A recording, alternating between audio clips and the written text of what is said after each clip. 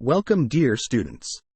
As you know, the first chapter of Karnataka 2nd PUC Computer Science is typical configuration of computer system. This chapter mainly concentrates on understanding various units of a computer system, to recognize various components of the motherboard, to analyze the configuration of today's computer system, and finally you can understand all the internals of a computer to assemble a computer system. The term computer basically includes a series of electrical and electronic circuits together to form a single unit to perform the required operations for the user. The computer has no intelligence of its own and thus cannot perform any task by itself. Thus, it requires the hardware, software, data and users which form the computer system to perform the different operations. Hardware consists of physical devices of the computer such as keyboard, monitor, printer, processor and motherboard. Software consists of set of instructions called programs that instructs the computer the tasks to be performed and how it should be performed. Data are values or raw facts which are provided as input to the computer, then processed to generate some meaningful information. Users are people who write computer programs or interact with the computer. Block diagram of computer system comprises of four main units which can be seen in the block diagram picture. Input unit, central processing unit, storage unit, output unit. The user interacts with the computer via the input unit. The input unit accepts data from the user and converts it into a form that is understandable by the computer. The second and most important unit is central processing unit or CPU. It controls, coordinates and supervises the operations of the computer. It is also responsible for processing of the input data. CPU consists of arithmetic logic unit, ALU, and control unit, CU. The first part, ALU, performs all the arithmetic and logic operations on the input data. The second unit, CU, controls the overall operations of the computer. It checks the sequence of execution of instructions, controls and coordinates the overall functioning of the units of computer. CPU also has another part called registers. It consists of a set of registers for temporary storage of data, instructions addresses and intermediate results of calculation. Registers are high-speed storage units within the CPU, but have least storage capacity. Registers are not referenced by their address, but are directly accessed and manipulated by the CPU during instruction execution. They are referred to as the CPU's working memory as they are used to store data, instructions, addresses and intermediate results of processing. The next unit in computers is storage unit or memory unit. There are two types of memory associated with storage unit. They are primary memory and secondary memory. The primary memory, also called as the main memory of the computer, consists of RAM, random access memory, and ROM, read-only memory, memories. Main memory stores the data, instructions, intermediate results and output, temporarily, during the processing of data. The input data that is to be processed is brought into the main memory before processing. The instructions required for processing of data, any intermediate results are also stored in the main memory. The output is stored in main memory before being transferred to the output device. CPU can work with the information stored in the main memory. The secondary memory, also called as the external memory of the computer, stores permanently the data, programs and the output. Magnetic disks, magnetic tapes, optical disks and flash drives are examples of secondary memory. The output unit provides the processed data, i.e., the result generated after processing of data. The output may be in the form of text, sound, image, document, etc. The computer may display the output on a monitor, sends output to the printer or plotter for printing, and also sends sound output to the speaker, etc. The next concept in this chapter is motherboard. The computer is built up around a motherboard. The motherboard is the most important part of any computer. It is a large printed circuit board, PCB, having many chips, ports, controllers and other electronic components mounted on it. The motherboard or the system board is the main circuit board inside a computer. Every component inside the computer has to communicate through the motherboard, either by directly plugging into it or by communicating through one of the motherboard ports. The motherboard provides a platform for all the components and peripherals to communicate with each other. The electronic components mounted on the motherboard are processor, memory chips, interfaces, various ports, and all expansion cards. The motherboard is the hub, which is used to connect all the necessary components of a computer. The RAM, hard drive, disk drives, and optical drives are all plugged into interfaces on the motherboard. The motherboard may be characterized by the form factor, chipset, and type of processor socket used. Form factor refers to the motherboard's geometry, dimensions, arrangement, and electrical requirements. Different standards have been developed to build motherboards, which can be used in different brands. Advanced Technology Extended, ATX, is the most common design of motherboard for desktop computers. Chipset controls the majority of resources of the computer. The function of chipset is to coordinate data transfer between the various components of the computer. As the chipset is integrated into the motherboard, it is important to choose a motherboard, which includes a recent chipset, in order to maximize the computer's upgradability. The processor socket may be a rectangular connector into which the processor is mounted vertically, or a square-shaped connector with many small connectors into which the processor is directly inserted. This can be observed in the pictures as shown. The upside picture is a processor having pin-like structures. The below image shows socket, where the pins of processor are directly inserted into the socket. There are various types of motherboards available depending on the processors that are used. Some of the types of motherboard are XT, AT, Baby AT, and ATX motherboards. Now let us learn about them one by one. According to your syllabus, you just need to remember the types of slots and connectors used in different motherboards. The first type is XT motherboards. XT stands for Extended Technology. These are all old model motherboard.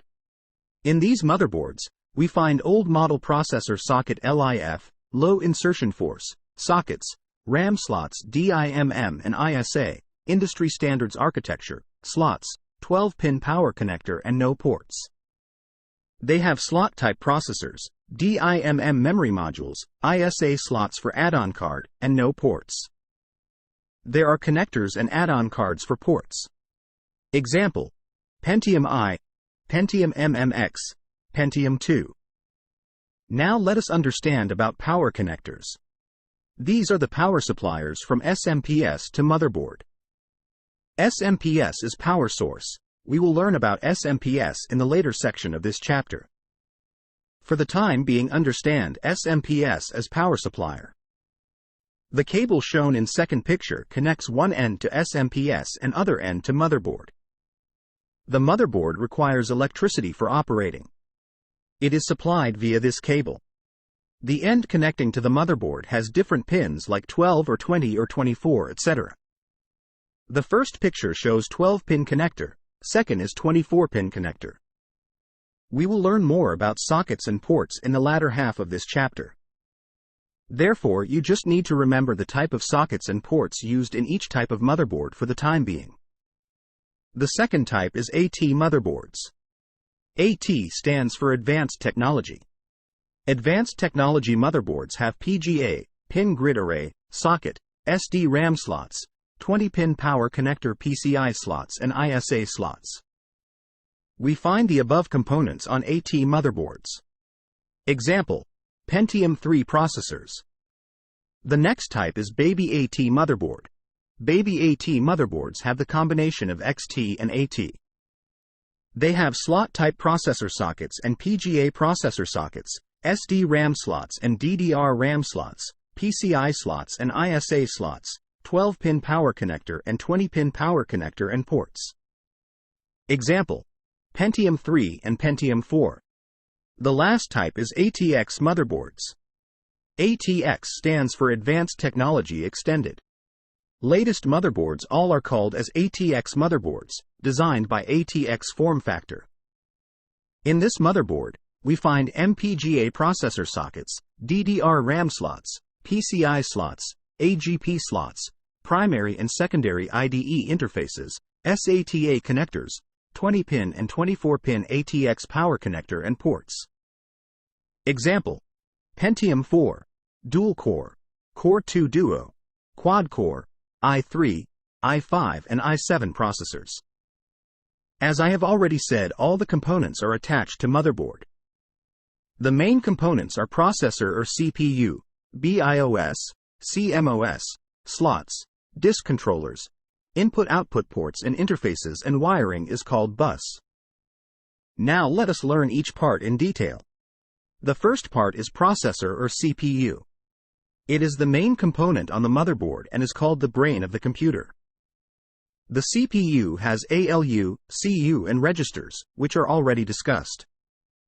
Until now we thought the entire casing box as CPU, but remember CPU is an integrated circuit mounted on the motherboard as shown in picture. Next we learn about clock speed. The clock speed of a CPU is defined as the frequency with which a processor executes instructions or the data that is processed.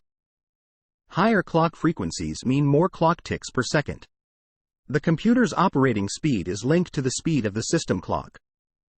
The clock frequency is measured in millions of cycles per second or megahertz or gigahertz, which is billions of cycles per second.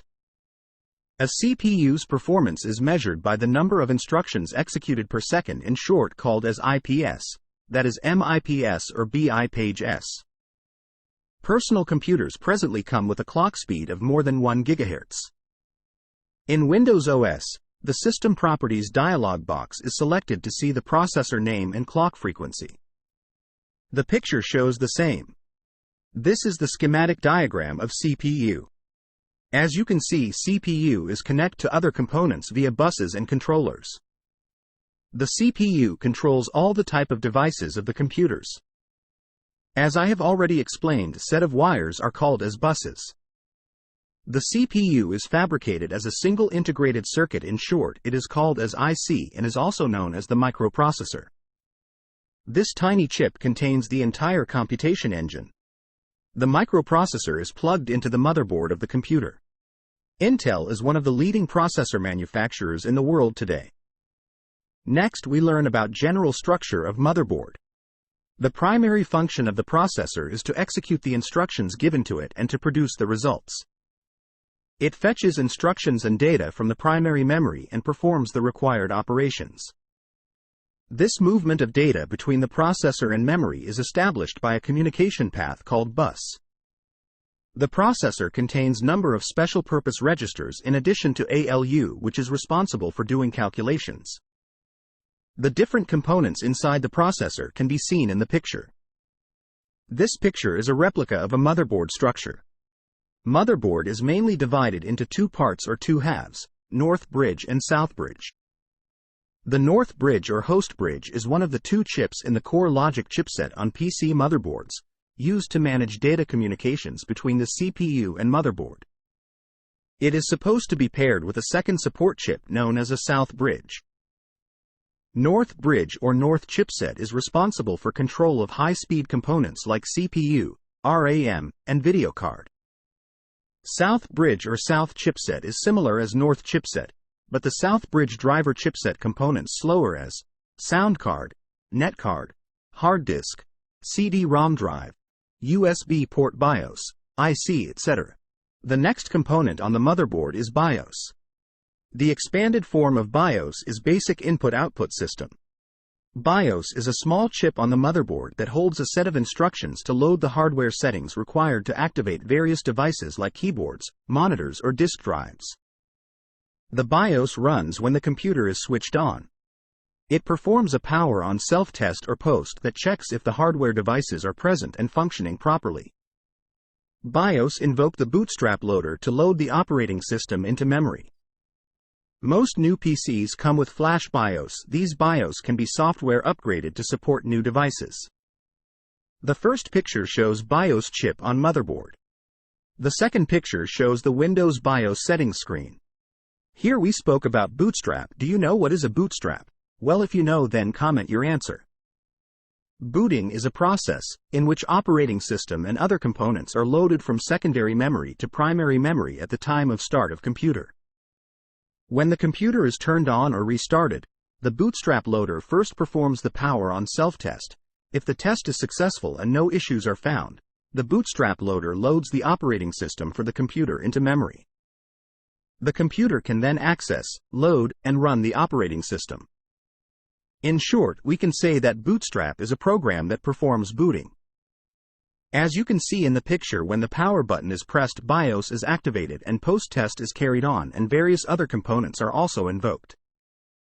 Before going to the next component on the motherboard, have you ever wondered how a computer maintains date and time even though power supply is cut off for many days or months? The component responsible for this is CMOS. Complementary metal oxide semiconductor, or CMOS, is a type of memory chip to store the date, time, and system setup parameters.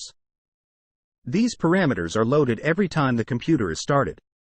That is why we observe, when the computer is turned on, the system still displays the correct clock time. Also note that BIOS as well as CMOS are kept powered by a small lithium-ion battery located on the motherboard. The next thing we are going to learn is about slots. A slot is an opening in a computer where you can insert a printed circuit board. Slots are often called expansion slots because they allow you to expand the capabilities of a computer. As you can see in picture, there are various openings are there to connect different components. The important slot types are expansion slots, ISA slot, PCI slot, AGP slot, RAM slot, processor slot, PCI Express slot, PC card. Now let us learn one by one. Expansion slots. These slots are located on the motherboard. The expansion cards are inserted in the expansion slots. These cards give the computer new features or increased performance.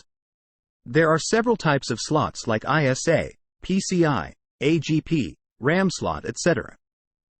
ISA slot is used to connect modem and input devices. PCI slots are used to connect graphics accelerator cards, sound cards, internal modems, or SCSI cards. They are much faster than ISA cards. Accelerated graphic port slot is meant to provide faster access to a graphics accelerator card, thus enhancing the visual experience for the user. All Celeron and Pentium 3 motherboards come with an AGP slot. RAM slot is used to install memory and is of two types. They are single inline memory module slot and dual inline memory module slot. The original Pentium systems typically have either 4 72-pin SIMM slots or two 168-pin DIMM slot to install memory. The smaller picture shows RAM and bigger picture shows the motherboard, where RAM is attached to RAM slot. Processor slot is used to insert the processor chip, which is the largest chip on the motherboard. It can be identified, as a heatsink or fan is located on top of it. As you can observe, the first picture shows processor and second picture shows the processor slot. PCI Express slot has faster bus architecture than AGP and PCI buses. PC card is used in laptop computers. It includes Wi-Fi card, network card, and external modem.